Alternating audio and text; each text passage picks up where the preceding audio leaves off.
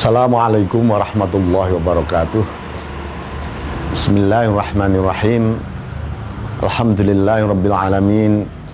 Wa bihi nasta'inu ala umurid dunya waddin. Allahumma shalli ala sayyidina Muhammadin abdika wa nabiyyika wa rasulika nabiyil ummi wa ala alihi wa sahbihi wa sallim tasliman biqadri 'azamati dzatika fi kulli waqtin wa hin, amma ba'd. Kaum muslimin muslimat, saat ini kita akan menjelaskan mengenai dunia tasawuf, dunia tariqah, dunia haqiqah. Tiga dimensi yang senantiasa muncul dalam peradaban Islam, sebagaimana munculnya satu sosok tubuh, roh di dalam tubuh itu, kemudian batin daripada roh di dalam roh itu sendiri.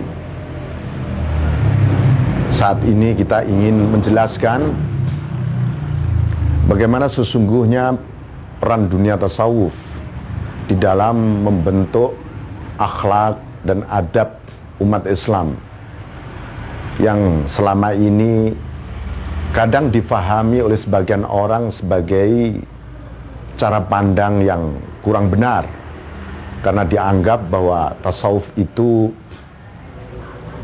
adalah sesuatu yang bid'ah.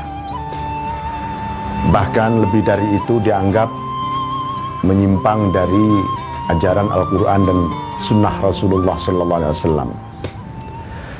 Padahal tasawuf itu satu ajaran yang paling inti di dalam agama kita.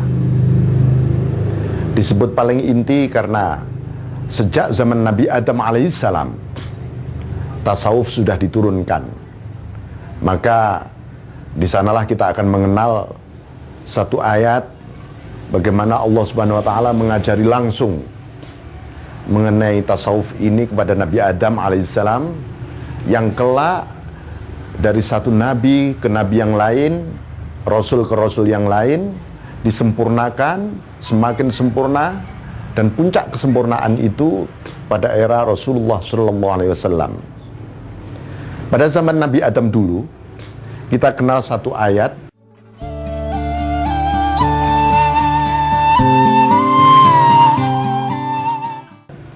A'udzubillahi minasyaitonirrajim. Wa 'allama Adamal asma'a kullaha.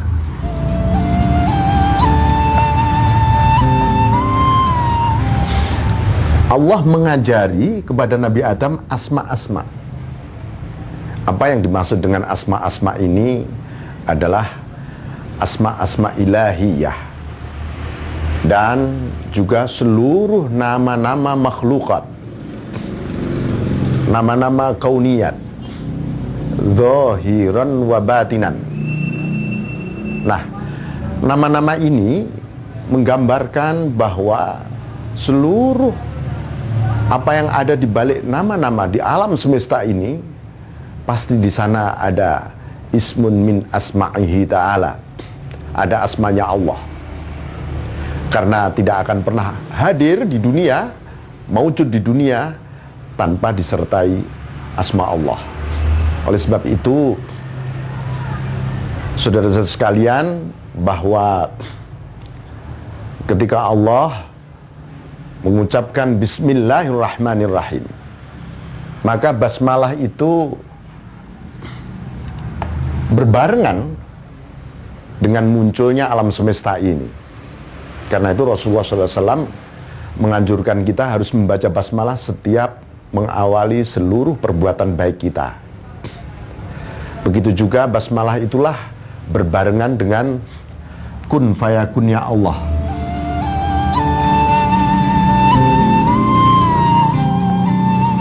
Ini awal, kemudian setiap apapun yang dipandang oleh Nabi Adam, maka Nabi Adam selalu membaca asma Allah. Itu artinya Nabi Adam sedang berzikir di balik asma Allah itu. Ini adalah ajaran zikrul asma pertama kali. Nah, puncak daripada zikrul asma yaitu sultanul asma, rajanya asma atau ismul azam, yaitu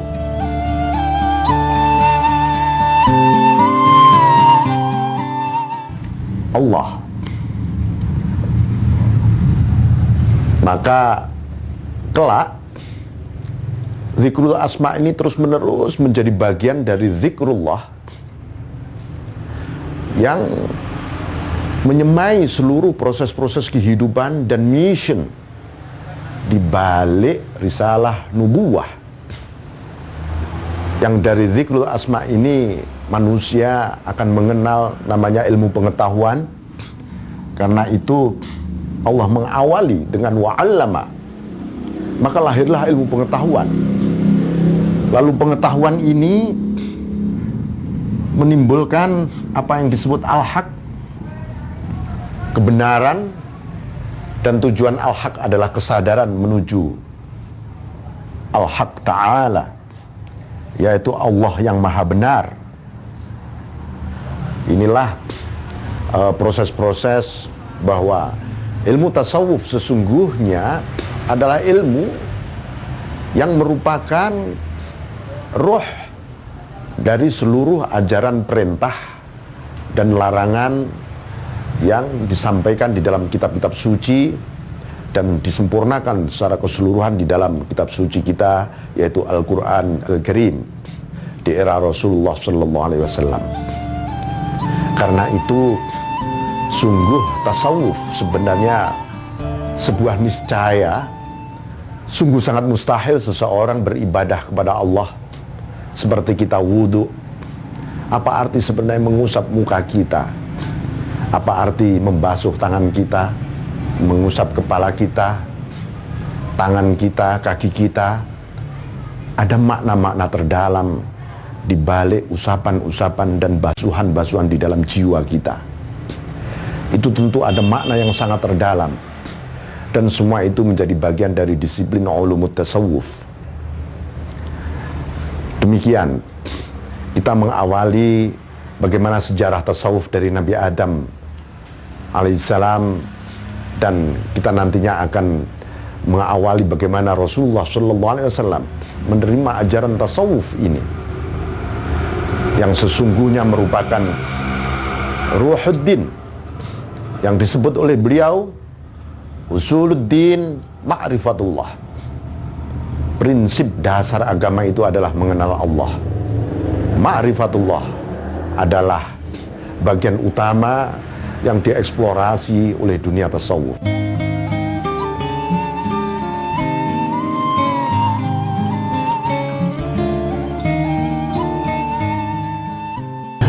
Baik, kita akan lanjutkan mengenai bagaimana tasawuf, munculnya dunia sufi ini di era Rasulullah SAW. Ketika di era Nabi Adam, Allah masih mengajari dengan wa'allama Adam al-asma'. Allah mengajari asma-asma. Kelak pada zaman Rasulullah SAW, maka Rasulullah tidak perlu lagi diajari tentang asma-asma itu oleh Allah.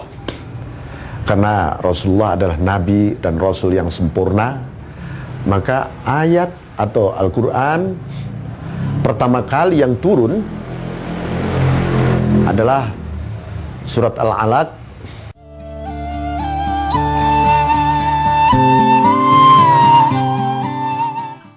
yaitu A'udzubillahi minasyaitonirrajim, Bismillahirrahmanirrahim, Iqra.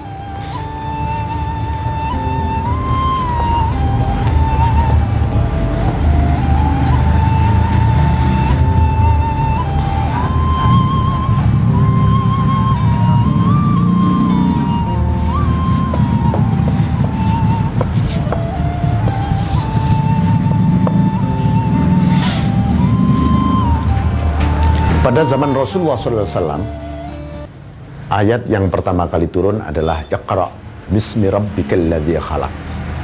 Rasulullah langsung diperintah untuk membaca. Membaca inilah yang menggambarkan dari sempurnanya ilmu pengetahuan. Pengetahuan apa? Pengetahuan tentang asma-asma itu tadi. Karena itu membaca harus bismi rabbik. Ismu rabbik. Siapa sebenarnya ismu rabbik? Nama Tuhanmu? Nama Tuhanmu adalah Allah. Bacalah Al-Quran ini, ayat-ayat ini dengan Allah, Allah, Allah, Allah, Allah, Allah. Al-Quran yang dimaksud adalah keseluruhan rahasia Allah, makhluk Allah, tentang Allah itu sendiri, tentang hubungan-hubungan makhluk dengan Allah, itulah Al-Quran. Karena itu Al-Quran kemudian di sini dibagi menjadi dua. Satu Al-Quran yang makru'ah, ini terbaca. Ada yang ghairul makru'ah, tidak terbaca.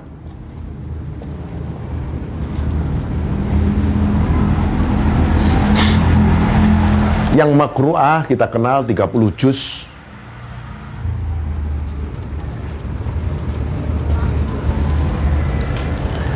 Yang tidak terbaca adalah seluruh kehidupan semesta raya ini, dunia, akhirat, zahir, batin, itulah yang tak terbaca. Tetapi semua akan terbaca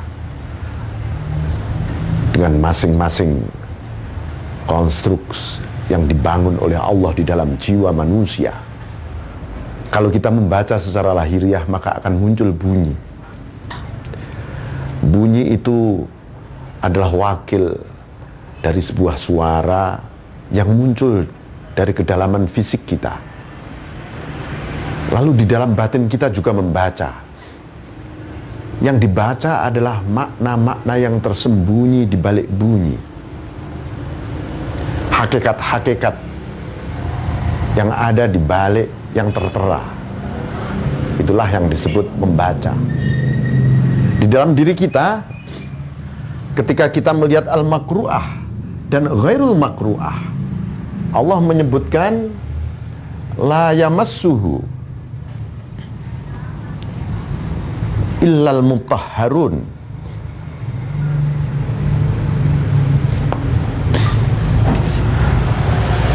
Tidak boleh menyentuh, tidak akan pernah bisa menyentuh Al-Quran kecuali orang-orang yang suci. Suci secara zahir berarti menyentuh secara zahir. Suci secara batin berarti menyentuh secara batin. Kata-kata mutahharun inilah dalam tradisi tasawuf kelak akan kita kenal dengan istilah tathhirul qulub.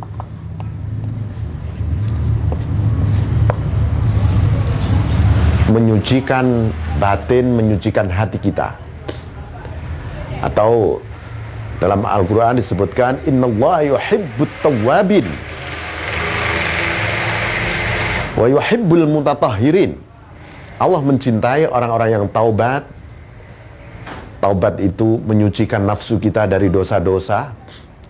Wa yuhibbul mutatahhirin, yaitu orang-orang yang menyucikan hatinya dari segala kelalaian, kealpaan dari Allah Subhanahu wa taala. Semua berujung pada cintanya Allah. Karena itu sesungguhnya orang yang hatinya suci, mutahharun, dia akan membaca ayat-ayat yang ghairul makru'ah, bahwa seluruh kehidupan ini begitu tampak, begitu tajallinya asma-asma Allah, af'al Allah, sifat Allah. Sehingga itu yang disebut fa'ainama tuwallu fa thamma wajhullah. Kemanapun engkau menghadap, di sanalah wajah Allah. Dan di sini pula kita akan mengenal nantinya bagaimana malaikat Jibril kemudian mengajari secara sistematis mengenai al-a'mal ad-diniyah, amaliyah agama kita, melalui sejumlah pertanyaan kepada Rasulullah SAW, dan disampaikan kemudian oleh Rasulullah kepada para sahabat, kepada umat ketika itu. Dan Rasulullah SAW memanggil Sayyidina Umar, wahai Umar, Innahu Jibril, itu tadi Jibril. Yu'allimukum dinakum, mengajari kepada kalian tentang agama kalian. Apa sesungguhnya yang diajarkan di balik Iqra bismi rabbik? Kemudian apa yang dimaksud dengan tadhirul qulub nanti? Apa pula yang dimaksud dengan al-makru'ah dan seterusnya? Dan bagaimana mengamalkan itu semua? Dan itu adalah dalam satu kemasan yang luar biasa di dalam era dunia tasawuf.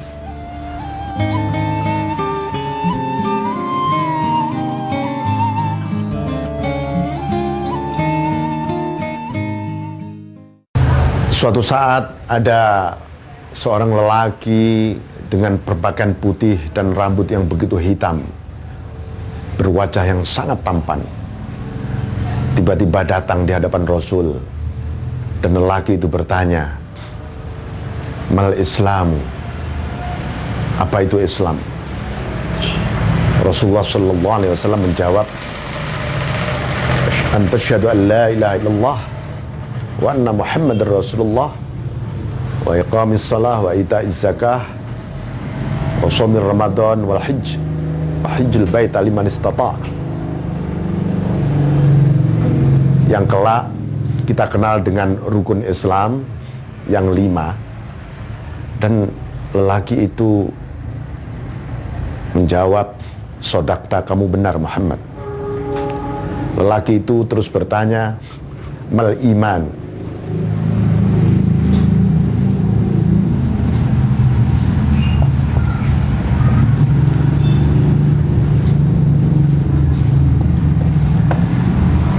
Rasulullah menjawab,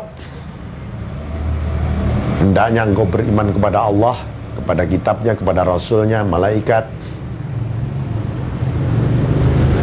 iman kepada qada dan qadar, iman kepada hari kiamat, dan itu kelak kita kenal dengan 6 rukun iman nantinya." Kemudian lelaki itu tetap mengatakan, "Sodakta, kamu benar." Kemudian bertanya lagi, "Mal ihsanu?" Mal ihsan, apa itu ihsan? Rasulullah menjawab, "Anta abudallah ka'annaka tarah." Hendaknya engkau beribadah seakan-akan engkau melihat Allah. Fa illam takun tarah fa innahu yarak. Kalau engkau tidak mampu, maka sesungguhnya Allah memandangmu. Maka lelaki itu juga mengatakan, "Sodakta, kamu benar."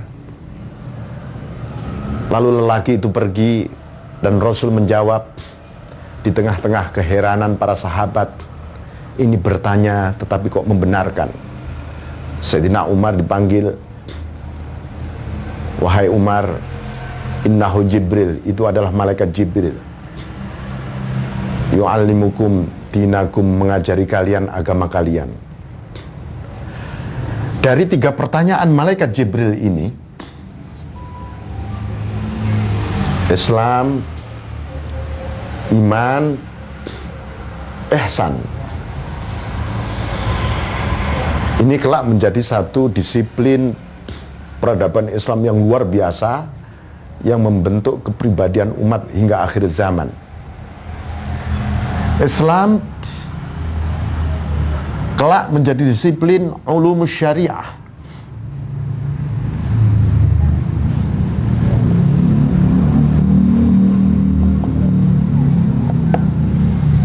Ilmu-ilmu syariat, lalu di sana ada fikih, ada usul fikih, ada qawaidul fikih, ada al-ahkam, aturan-aturan hukum. Kemudian iman kelak menjadi ulumut tauhid.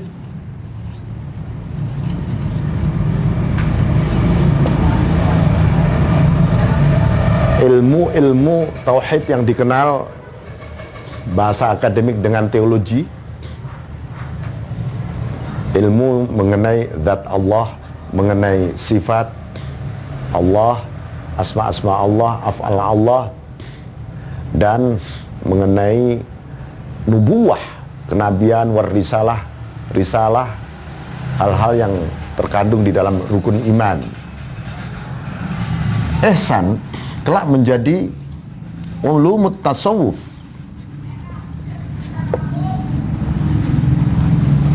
ilmu tasawuf.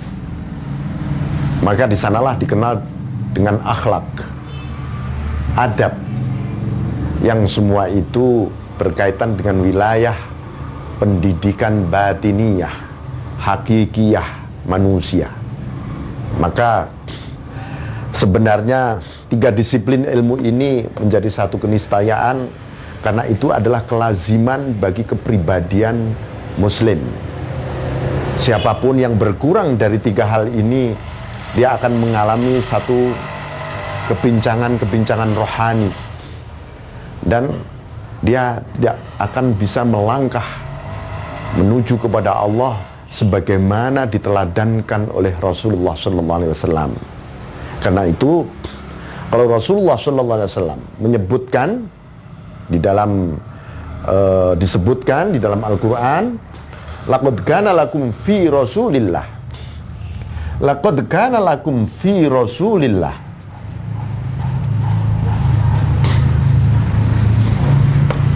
Allah menyebut tidak dengan bi Rasulillah, tidak dengan ini, tetapi fi Rasulillah. Sungguh di dalam kepribadian Rasul itu uswatun hasanah, ada teladan yang bagus. Di dalam fi Rasulillah ini ada apa? Ada amaliyahnya Islam, ada amaliyahnya iman, ada amaliyahnya ihsan. Ini yang mesti kita teladani. Jadi apa yang diteladani bukan soal syariatnya saja, tapi juga aqidah dan tariqahnya. Begitu juga yang kita teladani adalah ihsan, yang kelak menjadi bagian utama dari tasawufnya Rasulullah SAW. Maka fi ini menggambarkan universalitas sosok kepribadian Rasulullah SAW. Uswatun hasanah, bagi siapa? Ini adalah tujuan dari peneladanan tadi sesungguhnya. Liman kana yarjullah, orang yang harapannya adalah Allah. Liman kana yarjullah, satu, karena memang seluruh tujuan Islam, iman dan ihsan itu agar seseorang menuju kepada Allah. Menuju kepada Allah tanpa memiliki satu spirit yang luar biasa, tanpa ada harapan. Harapan adalah satu-satunya yang merangsang jiwa kita untuk bangkit, untuk nuhud. Bangkit menuju satu titik tujuan. Rupanya titik tujuan yang dibawa oleh Rasulullah itu adalah Allah itu sendiri. Maka cita-cita dan tujuan kita adalah Allah, yarjullah. Tetapi kalau orang meneladani Rasul tapi tujuannya bukan Allah, harapannya bukan Allah, dia akan berat. Dia akan mengalami sandungan-sandungan yang luar biasa. Yang kedua, wal yaumal akhir.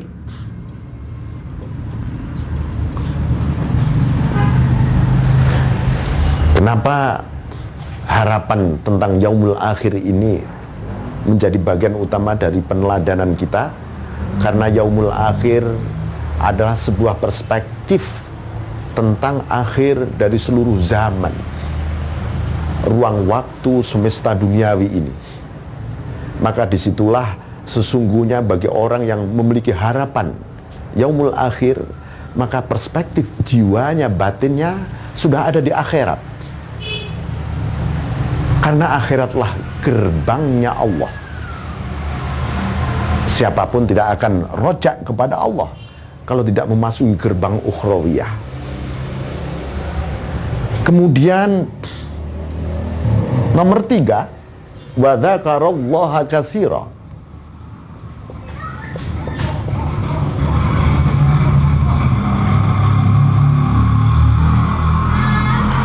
orang yang menjadi ahlu zikr, berzikir sebanyak-banyaknya sebagai implementasi dari harapan dan akidah dia tentang yaumul akhir, karena dia harus mempertanggungjawabkan seluruh Islam, iman dan ihsannya kelak di hari akhir di hadapan Allah.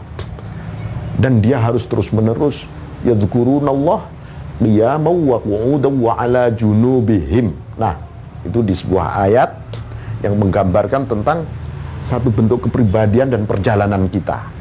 Nah, ini mengenai prinsip dasar kenapa kita bertasawuf, dan Rasulullah SAW sudah mengajarkan sejak awal, dan itu menjadi sosok kepribadian beliau yang diteladani oleh para sahabat, para tabi'in, tabi'in, sehingga para salafus salihin.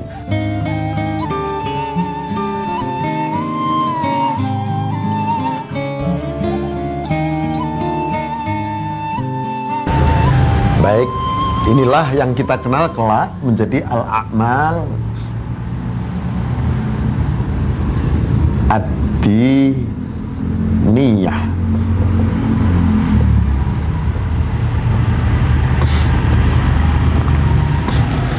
Yang kemudian terbagi menjadi 3 hal, yaitu amalul Islam,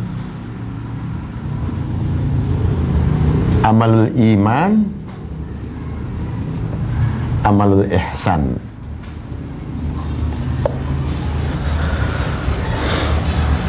Kalau ini disebut amal, amaliyah, maka seseorang haruslah memiliki satu perspektif di balik amaliyahnya, haruslah i'timad billah.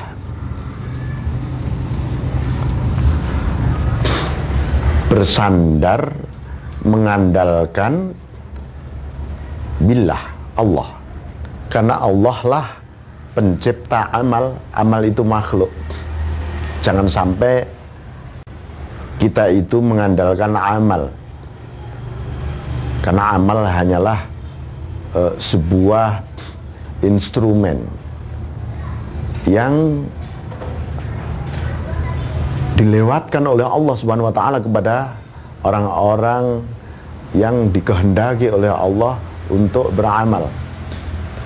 Maka ketika kita melakukan amaliyah, jangan sampai kita ini i'timadnya kepada amal, tapi i'timadnya kepada khaliqul amal, yaitu pencipta amal. Nah, pencipta amal itu adalah Allah Subhanahu wa taala.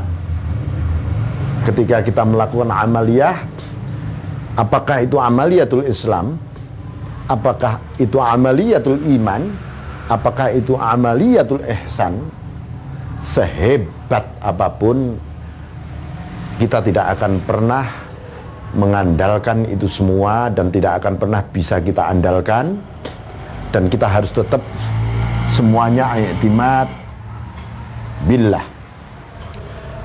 Amaliyatul Islam ini li islahidz zawahir,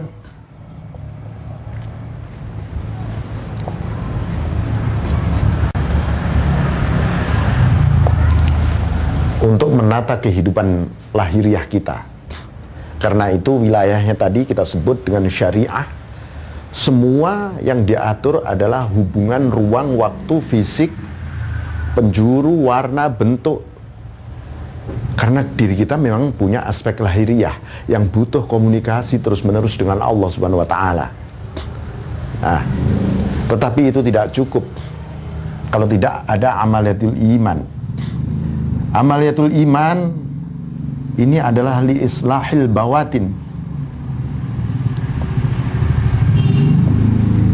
menata kehidupan batin.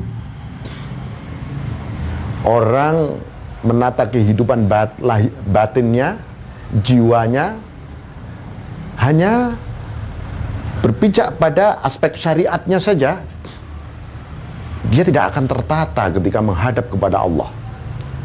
Dan dimensi-dimensi lahiriahnya ketika berinteraksi dengan makhluk Allah, maka interaksinya interaksi yang semu. Contoh, seseorang berinteraksi secara sosial, itu adalah interaksi alam lahiriah. Berkawan, bersahabat, berteman, berorganisasi, Itu yang disebut dengan hablum minan nas. Tapi ingat, hablum minan nas itu didahului hablum minallah. Itu wilayah batiniyah.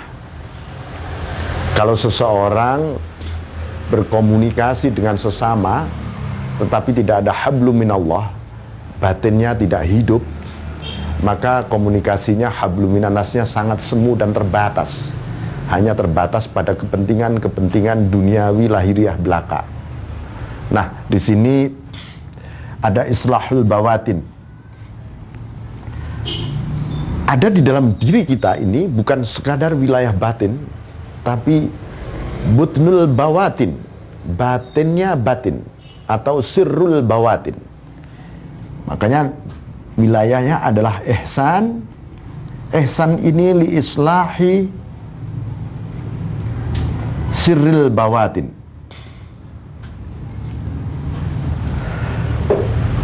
Menata rahasia hakikat batin.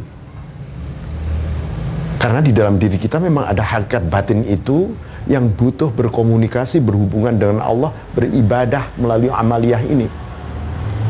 Nah, disinilah ini disebut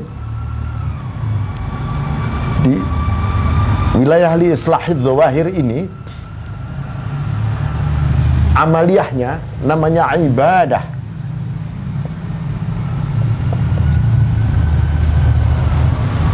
Wilayah batin kita namanya ubudiyah.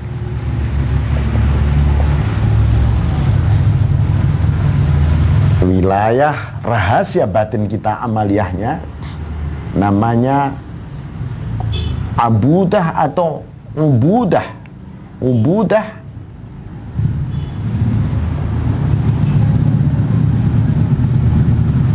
atau abudah. Tiga hal ini menjadi satu frame yang menghantarkan diri kita melalui amaliyah ini menuju kepada Allah Subhanahu wa taala, dan itu adalah sebuah sarana semua yang diciptakan oleh Allah melalui Rasulullah SAW ya untuk kita. Apa ibadah itu? Ibadah itu anta abudahu. Hendaknya engkau menyembah Allah. Biasanya wilayah syariah ini, wilayah ibadah ini, wilayah yang berhubungan dengan jaza, pahala, ya, al-jannah, surga misalnya. Ini wilayah-wilayah yang berhubungan dengan ibadah. Makanya ketika seseorang diberi motivasi, innallaha la yughayyiru ma bi anfusihim hatta innallaha la yughayyiru ma bi qaumin hatta yughayyiru ma bi anfusihim. Seseorang, Allah Subhanahu wa taala tidak akan pernah merubah satu kaum kecuali kaum itu merubah dirinya. Maka itu adalah taghyir. Di situ seakan-akan manusia memiliki potensi untuk merubah. Tetapi ayat itu diawali dengan innallaha, sesungguhnya Allah yang merubah Allah. Maka di wilayah inilah adalah wilayah yang berhubungan dengan ayat tersebut. Amaliyahnya zahiriyah, melalui perencanaan, pemikiran, penyiapan dan seterusnya. Ini wilayah syariah. Ubudiyah, naik lagi kita dari sekedar beribadah. Seseorang menyadari batinnya kalau beribadah saja akan kering. Lalu bagaimana ibadahnya batinku? Oh, ini namanya ubudiyah. Ubudiyah ini sudah naik lagi, antak sudahu.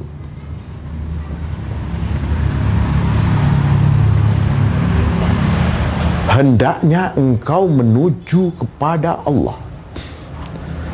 Anda bisa membayangkan secara psikologis seseorang yang sedang, atau Anda sendiri, sholat. Ya Allah, aku menuju kepadamu. Ketika Anda wudhu, Tuhan, aku menuju kepadamu. Kenapa? Ya karena harapanku adalah Engkau. Ini namanya ubudiyah. Engkau gak ingin dengan pahala dan surga dan segala kenikmatan yang aku berikan kepadamu?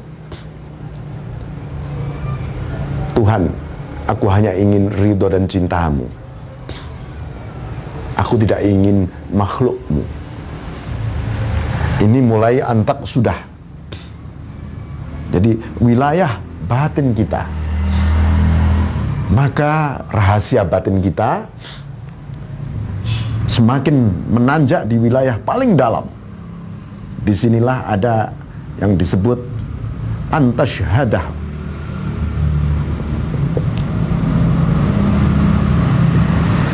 Hendaknya engkau menyaksikan Allah.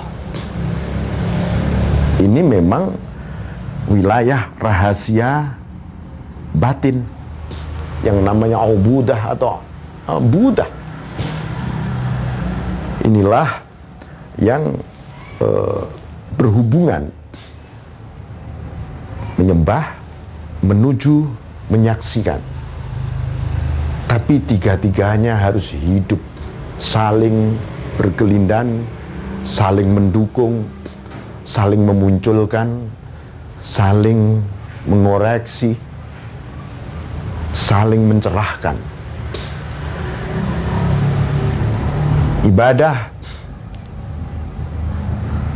ubudiyah, abudah. Inilah dimulai seseorang memasuki wilayah thariqah. Dan wilayahnya kelak akan melahirkan namanya al-ma'rifah. Di sini wilayah syariah. Syariah, thariqah, ma'rifah. Apa yang dibuahkan oleh ini semua adalah al-haqiqah. Dunia hakikat. Dan ini harus hidup ketika hal ini, karena akan terus menerus seseorang diperintah oleh Allah menjalani seluruh aturan ini. Agar apa? Agar kita itu mengenal yang disebut Islam kafah. Udkhulu fisilmi kafah. Masuklah Islam secara kafah. Dengan apa? Bil Islam, wabil iman, wabil ihsan. Inilah yang diteladankan oleh Rasulullah SAW. Jadi sesungguhnya bertasawuf, bertariqah, bersyariah, ini satu keniscayaan ketika kita menjalani sebuah proses perjalanan suluk, menempuh jalan menuju kepada Allah Subhanahu wa taala yang disebut oleh Allah, "Wa ma khalaqtul jinna wal insa illa liya'budun."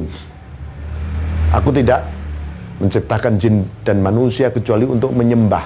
Menyembah dengan anta'budahu ibadah, menyembah dengan ubudiyah, menyembah dengan ubudah atau abudah.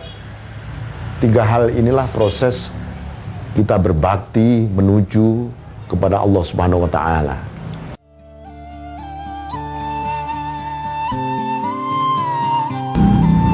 Jadi kita akan sampai pada bagaimana sesungguhnya awal seseorang melaksanakan proses ibadah atau amaliyah yang berada dalam tiga dimensi ini.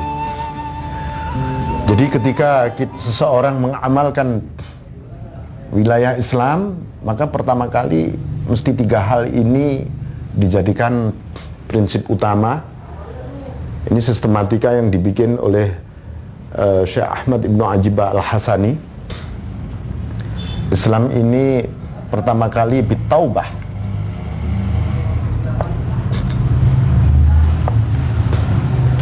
Orang sulit menjalankan syariah, amaliyah lahiriah, kalau tidak ada proses yang disebut taubah. Secara khusus taubat akan dibahas di dalam bab-bab secara tersendiri. Yang kedua, bittaqwa. dengan ketakwaan. Kenapa? Karena seseorang yang bertaubat tanpa di breakdown dengan ketakwaan, maka dia akan mudah kembali pada maksiatnya. Yang ketiga, dengan bil istiqamah.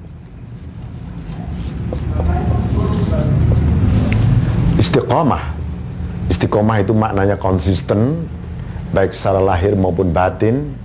Maka taubat, takwa, istiqomah ini bagian dari wilayah yang seseorang ingin membangun kepribadian lahiriahnya. Ini yang disebut sebagai wilayah ubudiyah dan ibadah tadi. Wilayah yang seseorang membangun aspek syariahnya dari kesadaran batiniahnya. Taubah, takwa, istiqomah sebagai bentuk gerbang yang memasuki wilayah pelaksanakan iman. Nah, wilayah batiniah iman ini, maka islahul bawatin diawali dengan bisidqi.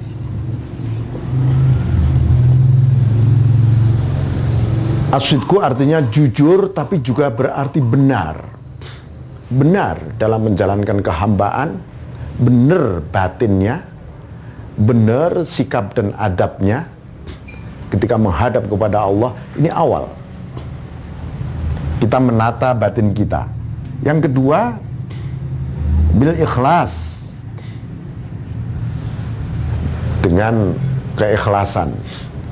Artinya keikhlasan itu satu sikap yang dihindarkan dari segala hal selain Allah. Ikhlas itu lillah pada akhirnya. Lillahi ta'ala, hanya untuk Allah. Ini ikhlas. Yang ketiga, bittuma'ninah.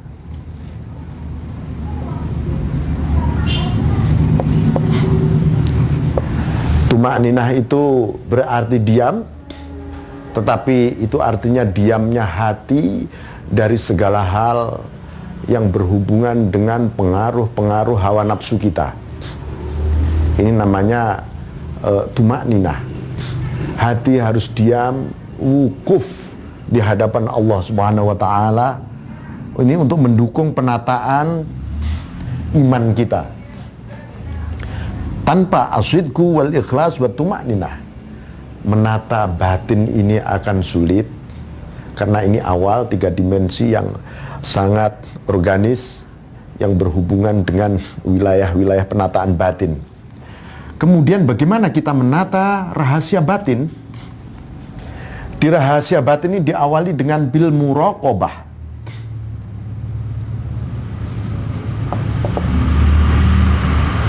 Muraqabah itu mewaspadai, mengintai, ya, fokus. Yang fokus adalah mata batin kita, karena mata hati itu adalah wakil dari hati kita yang disebut akal sehat.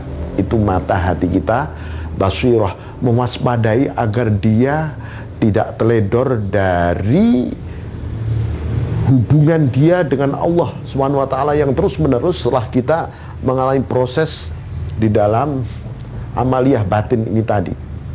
Muraqabah, kita mengintai Tuhan, mengintai Allah, jangan sampai lepas. Anda bisa membayangkan seekor kucing yang sedang mengintai anak tikus. Sang anak tikus ini di dalam lubangnya, dia masuk, nongol lagi kepalanya, dan si kucing ini tidak akan pernah mengedipkan matanya untuk mencengkeram buluannya si tikus ini. Itu artinya si kucing sedang muraqabah kepada si anak tikus ini. Begitu juga hati kita tidak ingin kehilangan Allah, kehilangan untuk terus-menerus mengingat Dia, terus-menerus bergantung kepadanya, terus-menerus husnudzon kepadanya, terus-menerus kembali kepadanya, terus menerus, ridho apapun darinya. Ini suasana muraqabah. Kelak seseorang dengan muraqabah itu bisa bil musyahadah.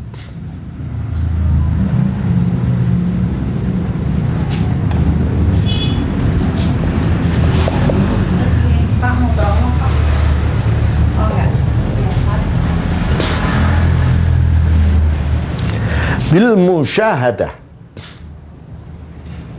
Musyahadah adalah satu bentuk wujud pelaksanaan tahakkuk dari muraqabah. Musyahadah itu antasyhadahu, hendaknya engkau menyaksikan Allah, yang disebut oleh Ibnu Athaillah As-Sakandari, al-kaunu kulluhu dzulmah, semesta ini gelap gulita.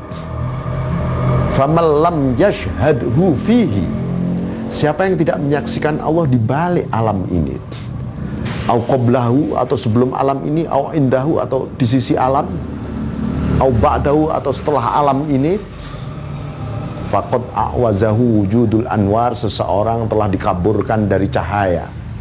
Makanya musyahadah ini adalah satu bentuk manifestasi pandangan mata hati untuk memandang asma Allah, af'al Allah, sifat Allah di balik apapun yang dipandang oleh mata kepala kita. Nah, maka akan membuahkan yang terakhir, bil ma'rifah. Ma'rifat. Ma'rifat inilah yang sesungguhnya sebagai buah. Bagaimana ma'rifat itu terjadi? Maka sesungguhnya Allah lah yang memakrifatkan seorang hamba. Makanya dalam bab-bab tradisi tasawuf seringkali al-ma'rifatu billah, makrifat bersama Allah, karena yang memakrifatkan itu Allah. Situasi kondisi makrifat apa syakilah sesuai dengan syakilah kita, ya. Rasulullah SAW pernah diperintahkan, katakan Muhammad, kullu ya'malu ala syakilatih, masing-masing mengamalkan menurut syakilah. Syakilah itu kemampuan, kapasitas, format, nuansa yang ada di dalam jiwa, pikiran, akal masing-masing umatmu. Itu adalah filosofi pendidikan sebenarnya. Nah, ini semua dalam rangka meraih apa yang disebut wilayah al-baqa billah, baqa billah, baqa bersama Allah, yang diawali dengan al-fana, kemudian al-baqa. Sehingga orientasi daripada pendidikan tasawuf ini adalah az-zatul ilahi,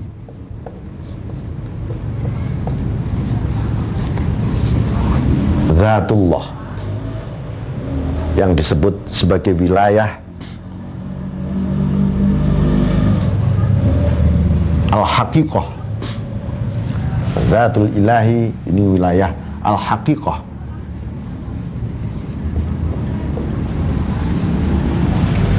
Inilah secara sederhana kita memahami bahwa kepribadian kita haruslah bergerak billah bersama Allah.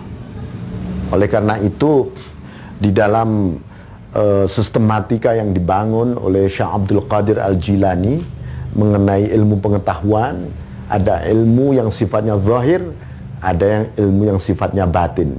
Yang zahir tadi dibagi satu zahirus syara', wilayah Islam, zahirus syara'.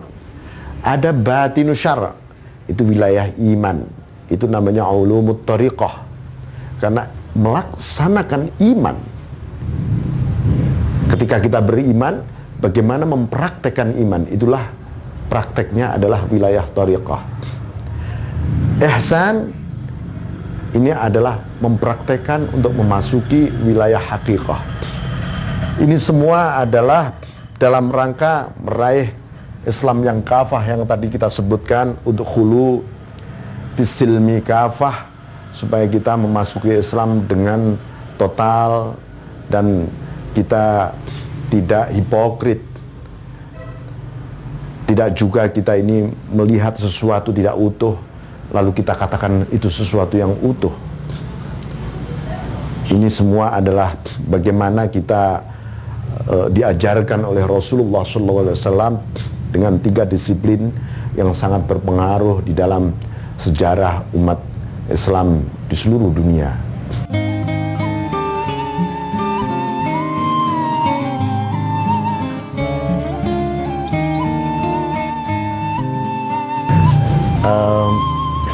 Kaum muslimin dan muslimat, kita lanjutkan bagaimana sebenarnya kita proses perjalanan menempuh itu semua. Maka seseorang dibutuhkan proses as-suluk,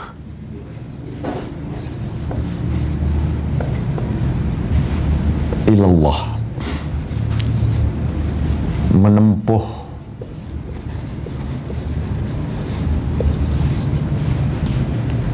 jalan Allah, menempuh jalan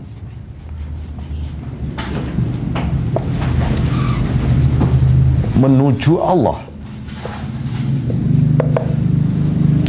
As-suluk ilallah.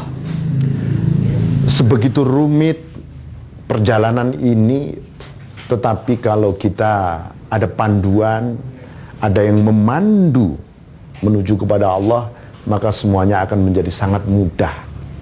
Oleh karena itu di dalam Al-Quran disebutkan, wa may yudlil falan tajida lahu waliyyam mursyida.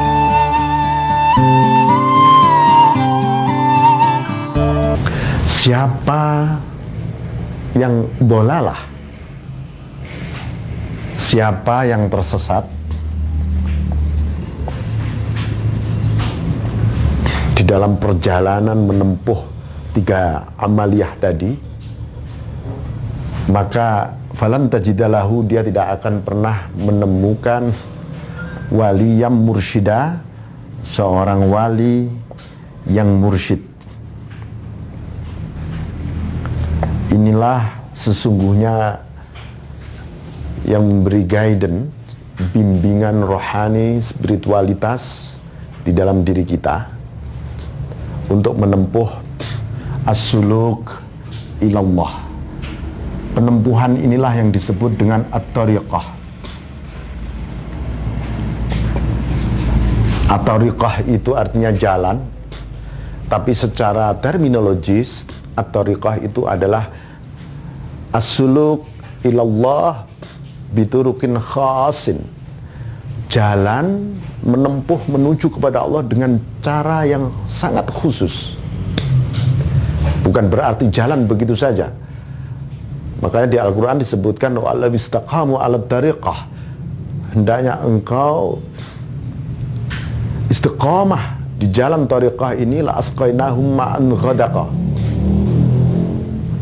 maka Allah akan memberikan air rohaniyah yang begitu melimpah ruah di dalam jiwanya. Ini awal kita mengenal at-tariqah. Makanya diperlukan seorang mursyid, pembimbing, tapi mursyid yang walian. Di dunia ini hadirin sekalian banyak wali, tapi belum tentu mursyid. Barangkali juga banyak mursyid, tapi belum tentu dia seorang wali. Seorang wali yang mursyidah, inilah yang disebut al-insan al-kamil, al-mukammil. Manusia yang sudah sempurna secara rohaniyah, dia sendiri sudah ma'rifatullah, dan dia tahakkuk atas kemakrifatannya di wilayah hakikat. Dan al-mukammil diberi license oleh Allah untuk menyempurnakan yang lain. Ini disebut waliyam mursyidah.